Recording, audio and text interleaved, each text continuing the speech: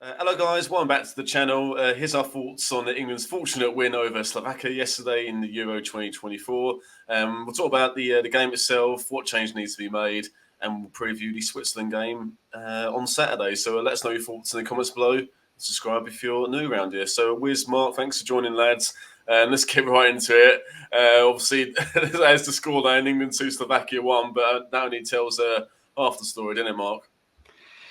Yeah, it does. It's a hard watch. I think it's probably fair to say at the moment watching England, not just obviously on yesterday, but the tournament in general, and it's frustrating. I can't explain it, but I guess the bottom line is that yet again Southgate's managed to get us into to another quarter final, and irrespective of what you think of him as obviously he's had quite a lot of stick actually in the build up to this tournament. You can't knock his record, really, to be fair to him. Yeah, I think you can knock this style of play in the way we're playing, Wiz? Well, I mean, maybe the fault is our expectations. Maybe that is it. Maybe we looked at the kind of array of talent and thought, we'll walk it. Maybe expectations are always too high with England. Maybe that's playing on the players. But we've been nothing like what was expected. We went into the tournament favourites. And I think it is reasonable to have expected a lot more. But there's been no coherence. And I think it's the oldest kind of cliche, maybe, to say, a bunch of individuals do not necessarily make a team. And Southgate has not really found a way to turn those kind of really promising parts into anything coherent or consistently threatening, which is what's surprising.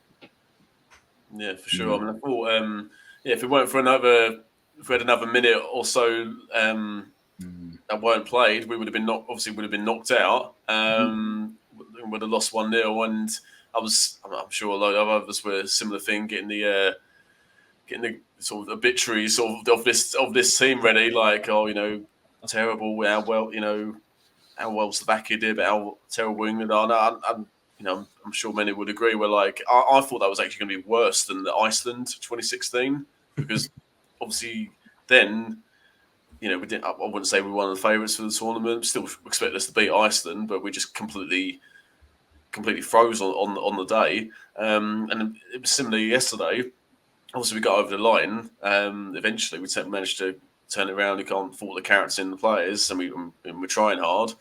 Went to the very final whistle. Thank God we fucking did. But just the way we played was very similar to that Iceland game. And in fact, also we're one of the favourites for this tournament. Well, along with pre-tournament favourites, along with France, and we're not playing like favourites. One of the favourites. And I think we all have a shit house. A shit house 2-1 or a shit house 1-0 or whatever. But it's just not sustainable. Well, I think for me, like many pundits and other fans have mentioned, Portugal in that Euro 16 or Greece in 2004. But yeah, at the end of the day, they still played well in patches, and they still, especially that Greece team, were actually pretty solid at the back. So whereas England, we're woeful going forward, no patterns of play whatsoever.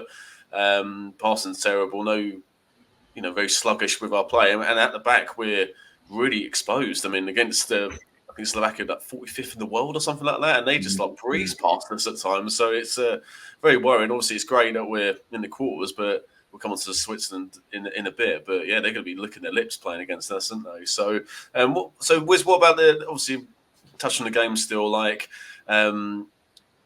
towards the end, we had a few chances where Harry Kane missed an absolute sitter, Rice hit the post with a great effort, but we were saved by the main man himself, Jude Bellingham, with an incredible overhead kick from a throw-in, no less. So that was our first shot on target. But like, what are you not seeing that we should be seeing in terms of how we're playing, not only defensively but obviously with the ball as well? I mean, let's start with a positive. Let's try and start with a positive. I think the fact that really as was in '99. If that goal in Fergie time was under Sir Alex Ferguson, we would have been talking. I think some of our friends who are Man U fans have been talking about that resolute spirit, that kind of absolute togetherness, that never say die attitude. We're focusing on that less with good reason. But I think there is probably one of the fundamental differences. Let's say they're very similar games, and as I remember it, they are super similar games. The one with Iceland. Yeah. What's different is I don't see them missing 5-yard passes at the end of the game and looking like they're thinking of the headlines next day. They played with more intensity, lack of quality and cohesion, but they played with, there was no fear, or whether they didn't show it. But I think that's Southgate. You can give him credit for that. The difference with the 2004 Greece side is the answer to your question, is they were definitely coached. They were really coached. They were coached to be that good. Against the array of attacking talent they had to put down, that Greece side were really coached. And by a kind of quite legendary coach like Otto, I think it's King Otto, Otto Rehagel. So, and what we're not seeing is anything coherent. I think that there were two kind of killer things after, might have been the Denmark game, you might remember. And I remember thinking, he's an amazing guy, Southgate. But there were two things that were like warning signals. One is when Harry Kane came off and said, "Well, we tried to press, but we didn't know how." That's a problem. That's a worry. That's a worry. Regardless of what level of football you're pretty much playing. If you're playing football you're being paid for, that's a problem. And the other problem was where Southgate kind of went, "Yeah, Trent didn't quite work and whatever," but we've never felt that, we've never acknowledged or dealt with that Calvin Phillips problem. Well, that is what you are paid £5 million a year to do. Yeah. And if Calvin Phillips is the solution, then really the problem isn't we couldn't find an adequate player. It's that you couldn't adapt the style or find an adequate replacement for that. And I think that speaks to basic things like not being able to deal with opposition threat. I think the game yesterday, it was yesterday, wasn't it? Yeah. I think that game was different. Feels like a long time ago, but it was yesterday, yeah. I think that game was different in that most of our flaws were defensive. It's not that we were great in attack particularly, but that was where our big problems were. And that stems, and I think our press was a bit better and a bit more aggressive, but we just couldn't deal with them on the counter attack. We were making mistakes at the back, which I think before the tournament we said the problem will be the defence. I think that's true. I think he's being conservative partly because he's scared of that defence getting exposed. So, and I think he's right too. I don't think Kobbie Mainoo solves that, by the way. I think that's naive. I know he's good. I love him. I think he's a brilliant player, but he's not what England needed in there. Rice doesn't come across. You want Walker to be freer. You see him panic on the right. They give away a good chance from that. You see Trippier being pushed back. Then he mislays the pass where he gets booked. There were warning signs up to the goal. Stones is out of position on the second, but neither Rice or Mainoo see the danger when they see Stones going across, like getting doubled up. Yeah, it's like all of the instincts have been, whether they've been too rigidly coached or there's a very rigid plan that he won't deviate from. And then when you face the reality of a side being dynamic, doing things you didn't expect, you can't handle it. I don't know. That's what I reckon might be happening, but it's hard to say. That's what it looks like. Well, I don't think there is one reason, Wiz. I think there's multiple reasons, which is obviously worrying with only a few days to go to the quarterfinals. But Mark, just when you were watching the game yesterday, did you think we'd turn it around? Was you hoping? Because for me, this is the first time I've seen in these 4 games. This was like watching a Hodgson team or Capello in that terrible 2010 campaign in South Africa, where we were sluggish, slow. It was like we're watching a game on slow ×2 or ×4, like you can on Football Manager or whatever. Like the match speed was do you know what I mean? And Walker's meant to be one of the quickest players in the world, and he was running through treacle yesterday. So this tournament's been the first time for quite a while where, for me, it's the weight of the shirt is hanging on the players. Maybe it's the expectation of, being one of the pre-tournament favourites because, World Cup 18, the Euros, 2021, and obviously even the last World Cup, we played well in quite a lot of the games. Whereas in this tournament, we haven't, apart from that first half hour against Serbia, we were like, here we go, and then we've reverted to a really poor standard of football, like I say, from under Hodgson and Capello. But yeah, did you think that we'd turn it around, Mark? Well, I fell asleep, Bill, really, during that. That's how bad I thought we were. No, I generally didn't think it was coming. Obviously, as you mentioned earlier there, that was our first shot on target with the overhead kick. And, you're looking at the quality of that front four that we've got, Kane, Bellingham, Saka, and Foden. The four of them have been winning games this year for their respective clubs on their own. So to not be able to turn it on for England, it's a mystery. It always seems to happen. So it doesn't matter what era that we've been talking. You talk about with England, it always seems to happen. And I think I saw, it was obviously the last group game against Denmark, that in the however long they were on the pitch together, that Bellingham and Kane completed one pass in that game to each other. And you're thinking, hang on a minute, that's the number 10 who's meant to be playing it for. Number 9 meant to be like that, no? And it's like, hang on a minute, that's got to be worked, and I don't understand that. I do personally feel as well. Look, we've got some. There's a lot of issues as you've touched on, but one of the major ones for me is that you've got a right-footed player in Trippier at left back. All right, you can maybe get away with it for a game or two. I think that's probably tells you about the lack of depth at left back in the country as a whole. Because every time he gets it, he just wants to go backwards or he goes inside with it. He's not prepared to run past Foden. He's got Foden playing on the wrong side, but then are you going to drop Saka? I don't know. So there's a lot of issues there, and Wiz, obviously, as you were just saying before about us defensively, Southgate obviously is generally a defensive-minded manager. I think that's what the success of the other tournaments has predominantly been built upon. But I actually thought it was like watching West Ham last year at times, because the defence was just so exposed. I've never seen it like that before. Any deeper, they'd be sat with the fans. It was, but it really, and I think even as well for the first goal, you've got Walker is 2 or 3 yards behind the rest of the defence. Something's not, either the message isn't getting across that he's trying to deliver, or the players, maybe they know that he's, let's be honest, his contract ends in December. I mean, he's been there for what, 8 years, I think I've got that right now in saying. And there's no discussions about him carrying on after this tournament. The players know that he's going, and it's, we see it in the Premier League all the time. Our managers go in at the end of the season. It don't really matter. We'll just muddle through the games. But I hope that isn't the case. But it when you're looking at them, there's no patterns to the play really, apart from just going backwards all the time with it.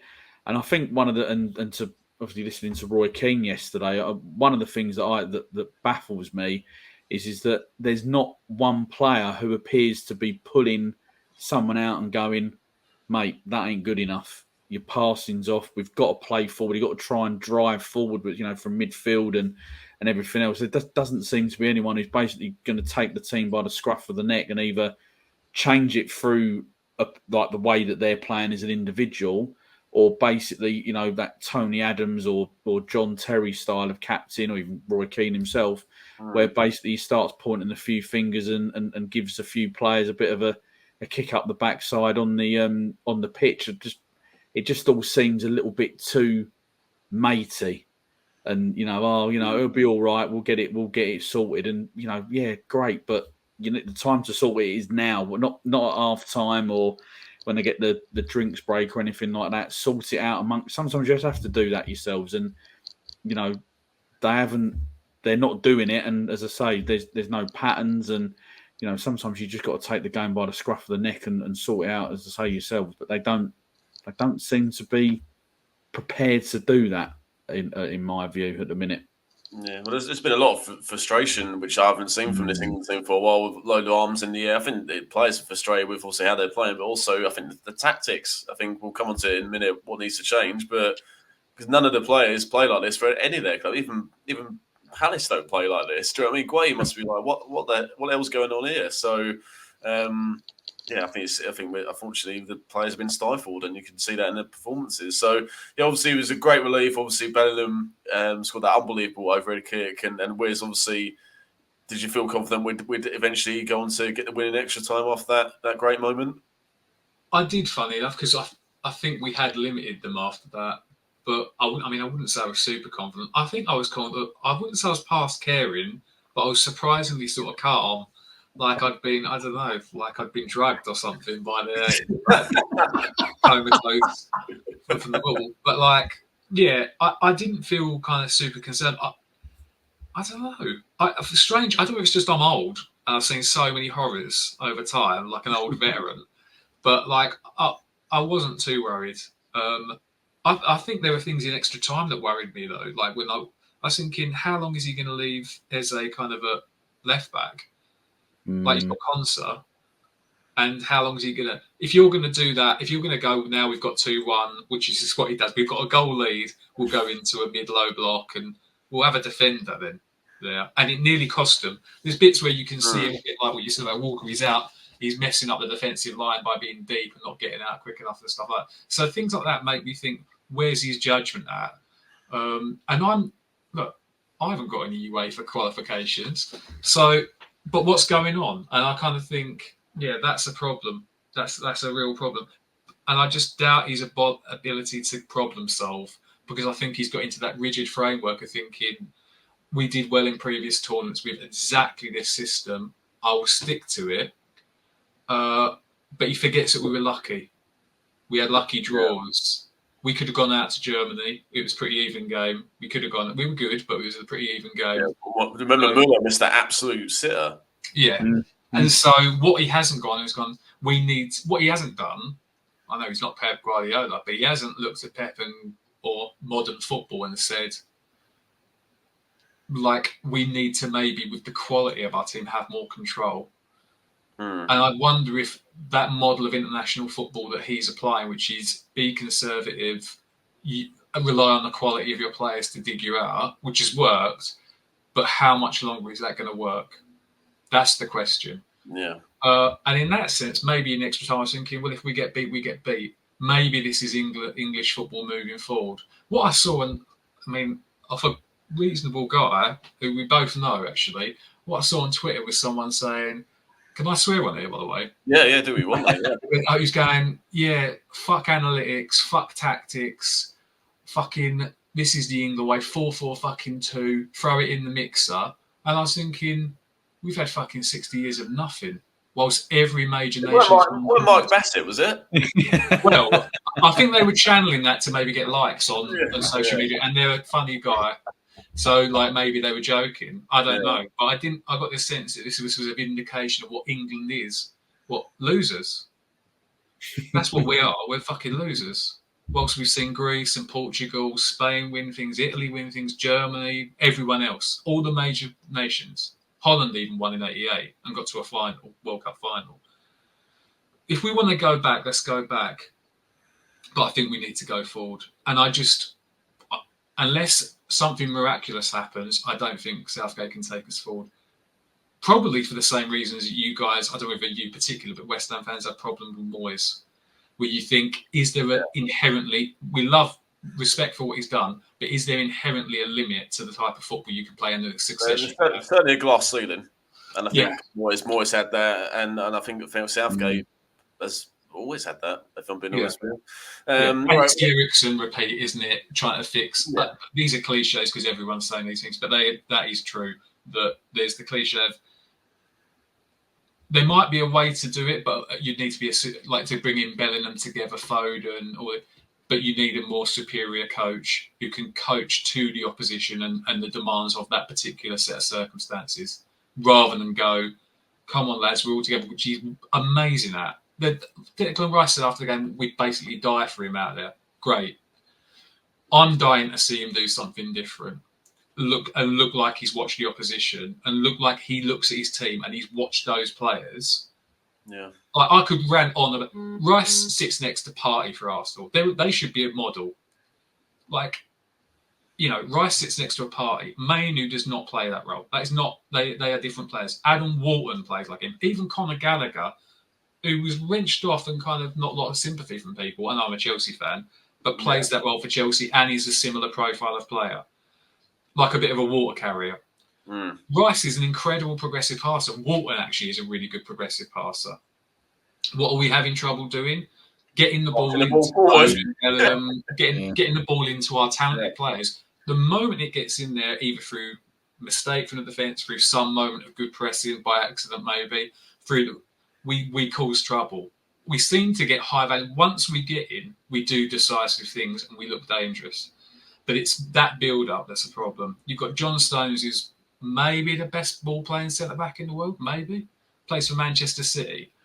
They're trying to replicate things like that free. You see Trippier go and then, there's not as much, Walker doesn't go. They kind of sit a little bit.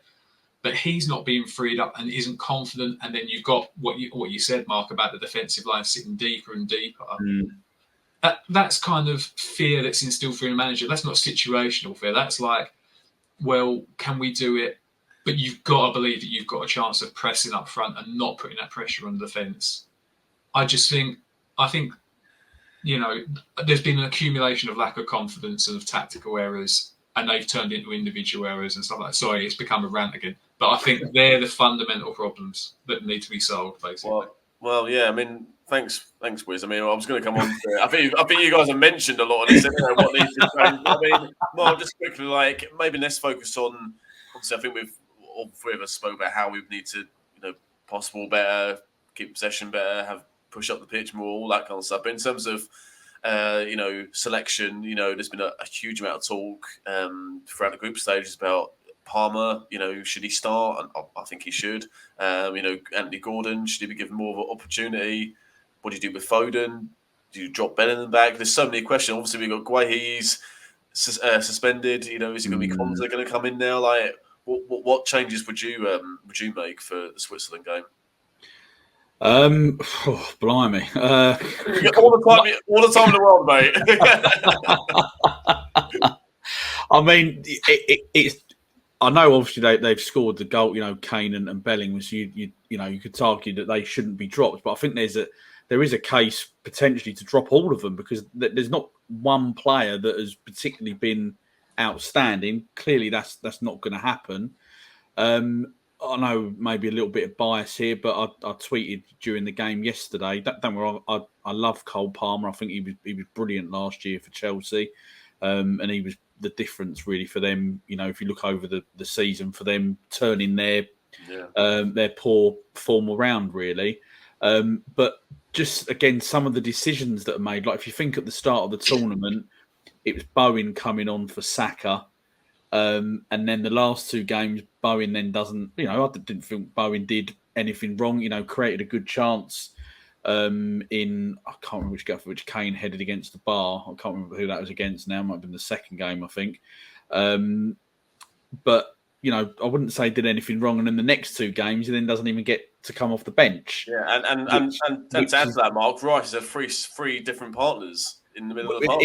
Exactly, and that to me, that just looks to me that there's a manager there, or it's easy to blame Southgate all the time because I think he's done a fantastic job, but that just says to me that he isn't sure of who to play and what his best 11 is. Which you mentioned it earlier about Trent. I mean, I thought it was laughable that he's talking about that we're experimenting. The time to experiment. A bit late for that. We're in the tournament. We shouldn't be finding this. That should have been done, during the qualifying games, the friendlies, whatever. Not in the middle of a major championship. It's difficult to say. Obviously, he's got to make a change at centre half. That's obvious. That's got to happen. I don't think he's going to be bold enough to change the shape. I don't think he's going to match up Switzerland with their shape, even though we actually played better when we went to this sort of wing back type formation that he sort of adopted. Although I think it was more just trying to fit the players, all the attacking players on the pitch as much as anything. So I don't think that the shape of the team would change. I thought that Mano did okay in mid. I don't think he was as good as what he was being raved about by the pundits. I think he was. No, I He just did think it was well. better than what Trent played and Gallagher to a certain extent. Yeah, but he knows the role, and that's the advantage that Yeah. he's got over Trent. So I feel really sorry for him. Personally, I mean, I guess a lot of it would depend on whether or not. I don't think they will, because we're going to make a change on the left. The left centre back position. I don't think they're going to change the left back, because, as I said before, I think that's a major issue, because Trippier just can't play there. So I think that will stay the same. I honestly don't. I think that Saka should probably come out. I don't think he's delivered yet, and I think that based on the pecking order of the last two games, that would suggest to me that Palmer would be the player to come in there. And I think other than that, I can't see him changing it. I genuinely can't. As I said before, I'd quite like to see Foden either put in the 10 with Bellingham dropping back, which is more where he plays for Real Madrid. Or alternatively, you put Foden on the right, which is where he's played most of his career for Man City, and then on the left you put Gordon on on the left, because again, obviously Saka can run past Kane, which is what Kane needs. He needs runners around him, but if you've then got Palmer on the right and Saka on the Foden on the left, you're then just going to be passing it backwards, and you're just basically relying on a set piece. So I think he's got to look at that, because you're not then playing to someone's strengths. And again, looking at Kane yesterday, I know he was in the right place at the end there for the headed goal. But if you look at him for a lot of the game, he's dropping so deep that he's almost playing like as a number 10, or almost as like a midfield player. And I know that he's done that a lot in his club career, and it works. But for his club, what people got to remember is that he's got people that are running past him. He's got runners who they're going to go up. Whereas the players at the minute that are in the team, they want it to feet. So you've either got to change the personnel out wide so that you're going to have those runners, or you've got to tell Harry Kane, a bit like what Alan Shearer did towards the end of his career, I'm not working any further. My width is the penalty box. I'm not running out into the channels or anything like that. That's as far as I'm going. 10 yards out maybe from the goal at most, but that's it. I just want the ball in there, and they've got to tell him to do that, because there was a few times yesterday where crosses did come into the box and he's 10 yards behind the play, but then no one's criticising that. I know he's a fantastic player, but yeah, I think that's what he's got to think about. You've got how you're going to sort that attacking play out, because that's the other thing that's obviously not working, that there's just no one getting in behind. The best we looked, actually, I felt, attacking wise, was when Ollie Watkins come on, and then he hasn't featured since. Or we actually started getting in behind a little bit more. Yeah, for sure. But I think, obviously I'll come with my thoughts now. But I think no matter what the selection is, like, unless the tactics and the mentality change, we're gonna, no matter who's out on the park, it's gonna be the same thing, isn't it? Really. So I'd have Konza in for Guehi.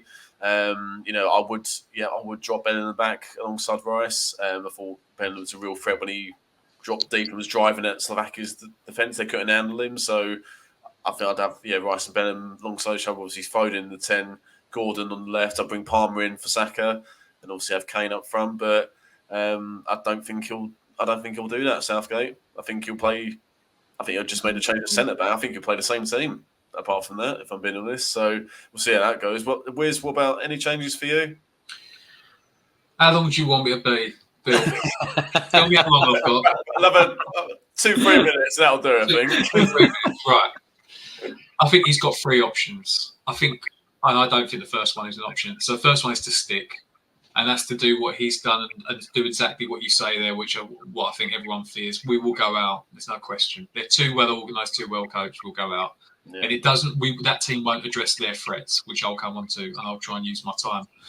The other thing is to twist and try and adapt his formation so it looks like a team, which means probably dropping one of Bellingham and Foden. I would probably drop Foden, and I'll go straight onto my preference in a minute. But I think I get Gordon and I get Bowen as well. I love both of those off the bench. I don't think Gordon or Bowen play the positions that people think they play. They play as kind of second strikers from wide. That's why they've been incredible. Bowen was outrageous this year, but he played like a striker. He's an incredible worker, intelligent runner, very fast. So he gives you lots of options, but I want him when we're 2-0 up. I think that's why he suits West Ham. And likewise, Gordon. Newcastle are a conservative side. But I think we need to start with something more dominant. I think what I'd be tempted to do and what I wanted us to do at the beginning of the tournament is to play 3 at the back. So I would probably play across the back 3, Walker, Stones and Konsa. And this is insane, but I'll stick by what I said at the beginning of the tournament. I would play Saka left wing back because we've got no one else. If Shaw's available, I'd probably play him. I'd play Trent Alexander-Arnold at right wing back. I don't think he can play right back for England. Liverpool play a particular system where he is accommodated and they know how to press. That's too late to be coaching people that now. He was rubbish in central midfield because he doesn't sense danger. Lots of square balls. He's not a midfielder. Well, no. I think we've established that already. So I'd play him. I'd probably play Walton and Rice. I just want the best out of Rice. Rice was the second best player in the Premier League last year after Rodri. No, it was So for me. So I'd play those 2 in the centre, and then my 3 would be Kane, obviously centre forward. Well, not obviously, but Kane centre forward with Palmer off to the playing on the right hand side behind him, and Bellingham on the left hand side behind him. Bellingham profile is very similar to Musiala. Give him as much freedom as possible. He can link with Rice, who's a super intelligent player, and I think Palmer's done enough. That's his best position. It's where he can make those threat. They'll be occupied with Trent Alexander-Arnold out wide. Walton can play the ball through there. Lots of defensive. And by the way, in 30 seconds, they progress the ball through Akanji, Rodriguez, and the left wing back who's good. I can't remember how to pronounce his name, but Arbite or whatever his name is, Arbalites or whatever. They're good. Block that, force them through the other side. You can get at Freuler. They will make mistakes. They want everything. Xhaka. Those are the progressors, Akanji, Rodriguez and Xhaka. You can block that off. You negate most of their threat getting the ball out. Show a bit of bravery. Coach a press for those guys. Say, we want the ball channeled down our left-hand side, right into our hands. Great, let's do that. That's what I would do. But then, again, that's just my opinion. Yeah, no, for sure. Well, it's obviously Gareth Southgate. You got only £5 million, Gareth. All right, so let's finish up with Switzerland on Saturday. We've spoken about them briefly already. If you offered any England fan, any England player, Gareth Southgate, Steve Holland, whoever, that you're going to face Switzerland in the quarters before the tournament, you would have bit your hand off. However, football changes so quickly. I can't believe I'm saying this, but I think you've got to say, judging on this tournament so far, Switzerland are probably the favourites, which is unbelievable. Judging on obviously how well they've played, but also how badly we've played as well. So, they'll be, if you're a Swiss fan, you'll be like relishing playing us. What a chance for them to get to the semis, I think, for the first time, in the Euro. So, you mentioned a few players already, Wiz, but Jan Sommer's good goalie, Akanji, obviously Man City, Shah at Newcastle, Granit Xhaka, he's been a revelation for Leverkusen and obviously for Switzerland this tournament. And they've got a really sort of dynamic front three, Vargas, Ryder and Bolo as well. They play wing-back system, and I think that's why we need to get pace up front, small Kane, and stretch their defence. So, obviously, Switzerland, they always get to the knockout stages, very consistent team, but I think they've really gone up a level this tournament in particular, especially in the attacking areas. I mean, they're going to be a real threat for England. If we don't pull our finger out, they'll beat us easily. Definitely. And them and Austria are a lesson on what happens if you've got a plan and it's not just 4-4-2 again. Yeah. And the same old kind of thing we fluked our way through in the past. Yeah, as I said, I think they progress the ball in an obvious way, but they're good at it. It's like, what Liverpool are going to do to you or Arsenal are going to do to you. Stopping it is another thing. Yeah. But I haven't looked at any. I've made some notes, so it wasn't just a rant. That hasn't worked. But one bit of note I wrote is, people think a box midfield of Freuler, Xhaka, Reeder and Vargas is good. Are they as good as Rice, Walton, Palmer and Jude Bellingham? I don't think they are. So if you can tell those guys what to do, and where the ball is going to come at them, because they don't hide it, will do well. Yeah. So I think Germany kind of done them partly with quality, the individual quality of Musiala and things like this. But we've got we've got those players I've read out. So I think he needs to, the way you send the team out. Look, I would be saying to Gareth Southgate, you got a second chance in life. Now, what are you going to do with it? Are you going to go like it was, like you've got a second chance? Or are you going to go and do the same old thing, definition of madness, expect a different result? Have a swing. Go out and have a swing at these guys. You're not the favourite. You've got gun players. Don't die wondering. Go and try and play front foot progressive football and have a plan. I'm sure they had one, but it hasn't worked. Be serious. Show some belief in the players. Go and play progressive football. A three at the back is not a defensive move. In the gates of our defensive problems, but Stones can come out from centre back and play. I like that system, but yeah, that'd be what I say. Come on, give us something to cheer. Even if we'd rather go down 4-3, I think, almost in the last game, even though we got through. I think we want to see some kind of use of those incredibly talented players, ludicrously talented players. So yeah. Well, I hope it goes better than the Mike Bassett team talk when they lost 4-0 to Mexico in that famous film. Mark, your thoughts on Switzerland? Obviously, they're a really dangerous outfit. Yeah, look, I think they've obviously had some very good results, beating Hungary and obviously Italy in the last game. But don't forget they drew against Scotland. And Scotland, we're saying England are stinking the tournament out. I mean, Scotland didn't exactly, put up any trees. Level, yeah. So, look, honestly, they've obviously got some fantastic players. I think, Xhaka's probably been the one that's really surprised me. If you look at how his sort of career was tailing off at the end with Arsenal there, but obviously going to Germany, he's obviously got a new lease of life, and that's obviously taken, carried over into his club form. I think, Wiz, as you've just said, you're talking about the England players there, about, we've been saying before about the pace and stuff. That's obviously what Switzerland have got in abundance.